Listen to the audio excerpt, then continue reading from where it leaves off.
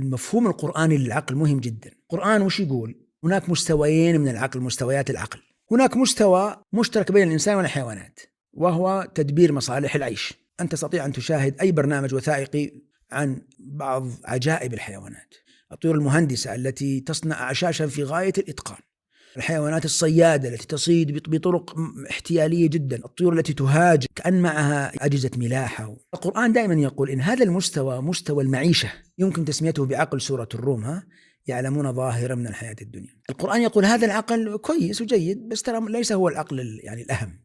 هو جيد ويخلي الناس يعيشون في الحياة وإلى آخره ويعلمون ظاهر من الحياة الدنيا، لكن هو ليس هو العقل الأهم. لأن القرآن كان يتكلم عن هذه الأمم، يعني هذه الأمم القوية العظيمة، كان يتكلم عن عاد وفرعون وأهل مصر وأهل الحضارات، ثم يقول لا يعقلون، لا يعلمون شيئا ولا يهتدون، ولكن أكثرهم لا يعقلون. كيف لا يعقلون؟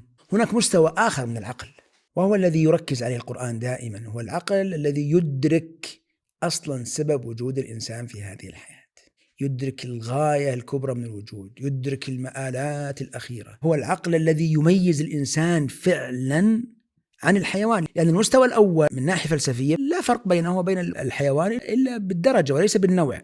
الحيوانات تقوم الصباح، يذهب ويصيد ويأكل ويتكاثر وينام ويبني الأعشاش ويبني البيوت ثم يموت. هذا التصور هو تفسير سورة الروم، يعني من الظاهر من الحياة الدنيا الإنسان يقوم يأكل يعمل يجلب الرزق يتناسل يتكاثر ثم يموت. لذلك التعبير القرآني كالأنعام، إنه هذا المستوى من العقل ليس هو الذي يميز الإنسان فعلا. المستوى من العقل الذي يميز الإنسان هو العقل الذي يدرك غاية وجوده.